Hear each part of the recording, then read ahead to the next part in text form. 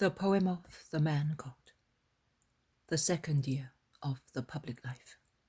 Chapter 194, From Shechem to Beeroth. 19th of June, 1945. As a river grows larger when new tributary streams flow into it, so the road from Shechem to Jerusalem is becoming gradually more and more crowded, as believers heading for the holy city pour onto it along secondary roads from villages. A situation which is of great help to Peter in distracting the attention of the boy who is now passing near the hills, where he was born and where his parents are buried under a landslide. The child is not aware of it. After a long march interrupted, after Shiloh, on a steep hill, had been left behind to the left, by a pause to rest and take some food in a green valley resounding with pure crystal clear waters, the pilgrims set forth again and cross a little calcareous mountain, which is rather barren, and on which the sun is blazing down mercilessly. They then begin to descend through a range of most beautiful vineyards, which with their festoons adorn the crags of the calcareous mountains. The area is most sunny. Peter smiles significantly and makes a sign to Jesus, who, in turn, smiles. The boy does not notice anything, engrossed as he is in listening to John of Endor, who is speaking to him of other lands he has visited, where the most sweet grapes grow, that, however, are not so much used to make wine as to make cakes, which are more delicious than honey cakes. They are now climbing a very steep hill, because they have left the dusty, crowded main road and have taken this shortcut through woods. And when they reach the summit, they can distinctly see in the distance a huge bright light shining above an agglomeration, perhaps whitewashed houses. "Jabez," calls Jesus, "come here. Can you see that golden spot? It is the house of the Lord. There you will swear to obey the law. But do you know it well?" "My mother used to speak to me about it, and my father taught me the precepts. I can read, and I think I know what they told me before they died." The boy, who had come smiling when Jesus called him, is now weeping with his head lowered and his trembling hand in Jesus' hand. "Do not weep. Listen. Do you know where we are? This is Bethel. Holy Jacob dreamt of the angels here. Do you know? Do you remember?" "Yes, Lord. He saw a ladder that, from the earth, reached up to heaven, and the angels went up and down. And my mother used to say that when one dies, if one has always been good, one sees the same thing and goes up that ladder to the house of God. My mother used to tell me many things, but now she does not tell me anymore. I have them all in here, and that is all I have of hers." Tears stream down his little sad face. "Do not weep like that. Listen, Jabez, I also have a mother, and her name is Mary, and she is holy and good and can tell many things. She is wiser than a teacher and more gentle and beautiful than an angel. We are going to see her now. She will love you so much, and she will tell you many things. And then John's mother is with her, and she is very good too, and her name is Mary.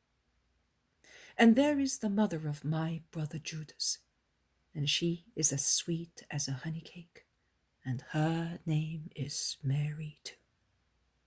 They will love you so much, because you are a clever boy, and for my sake, because I love you so much. And you will grow up with them, and when you are big, you will be a holy man of God. Like a doctor, you will preach Jesus, who has given you a new mother here, and who will open the gates of heaven to your dead mother and to your father, and will open them also to you when your hour comes. You will not even need to climb the long ladder of heaven when you die. You will have climbed it during your lifetime, being a good disciple, and you will find yourself up there at the gate of paradise, and I will be there, and I will say to you, "Come, my friend and son of Mary, and we shall be together." Jesus' bright smile, while walking slightly bent to be closer to the raised face of the child who was walking beside him with his hand held by Jesus. And the wonderful story, wipe his tears and make him smile. The boy, who is far from being dim of wit, but is only stunned by grief and the hardships he had suffered, is interested in the story and asks, "You said that you will open the gates of heaven. Are they not closed because of the great sin? My mother used to say that no one could enter until forgiveness had come and the just were waiting for it in limbo." "It is so.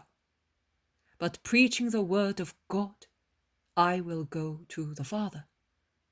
And having obtained forgiveness for you, I will say to him, 'Father, I have fulfilled your will. Now I want my reward for my sacrifice. Let the just who are waiting come to your kingdom.' And the Father will say to me, 'Let it be done as you wish.'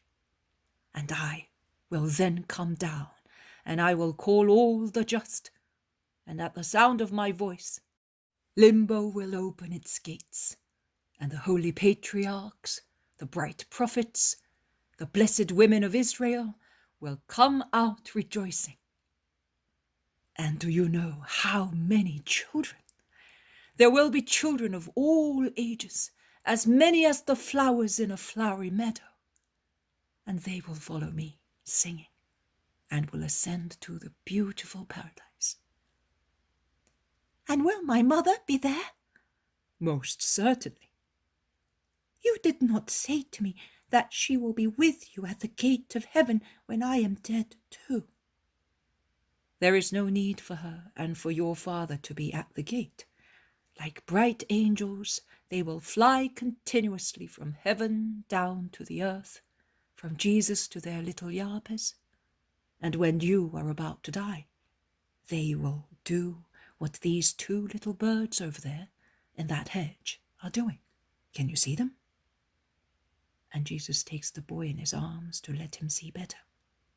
"See how they are sitting on their little eggs? They are waiting for them to hatch.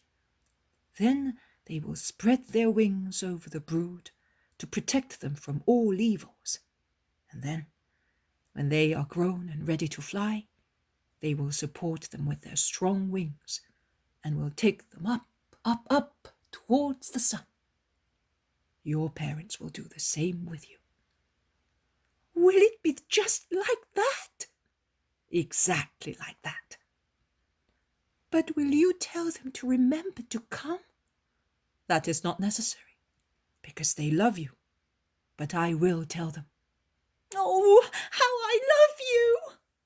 The child, who is still in Jesus' arms, presses against his neck and kisses him with such joyful effusion that is really moving.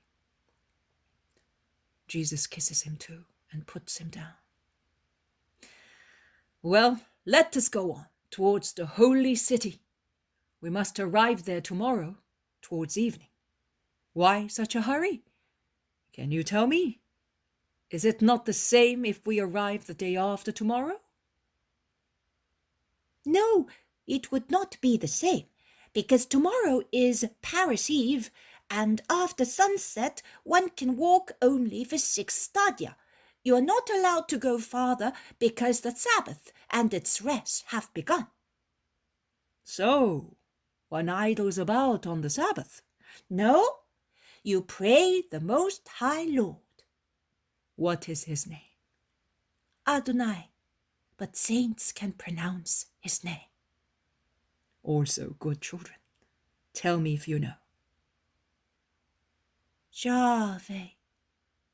The boy pronounces it thus, a very soft G, which is almost a J, and a very long A. And why does one pray the Most High Lord on the Sabbath? Because he told Moses when he gave him the tables of the law. Oh, did he? And what did he say?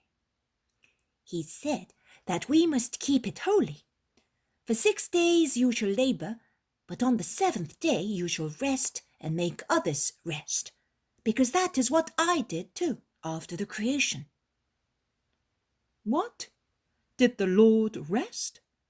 Did he become tired creating? And was it he who created? How do you know? I know that God never tires. He was not tired because God does not walk or move his arms, but he did it to teach Adam and us and to have a day on which we think of him. And he created everything, most certainly. The book of the Lord tells us. But was the book written by him? No, but it is the truth, and one must believe it unless one wants to go to Lucifer. You said that God does not walk and does not move his arms. How did he create then? What is he like? A statue? He is not an idol, he is God. And God is... Let me think and remember what my mother said, and even better than she did, that man that in your name goes to visit the poor people at Esrelen. My mother used to say, to make me understand God, God is like my love for you. It has no body, but it exists. And that little man, but with such a gentle smile, would say, God is an eternal spirit, one and trine. And the second person became flesh for the sake of us poor people. And his name is... Oh, my Lord! Now that I think of it, it's you! The child, dumbfounded, prostrates himself on the ground, adoring. They all run, thinking that he has fallen. But Jesus, with his finger on his lips, beckons them to be silent, and then says, "Stand up, Jabez. Children must not be afraid of me."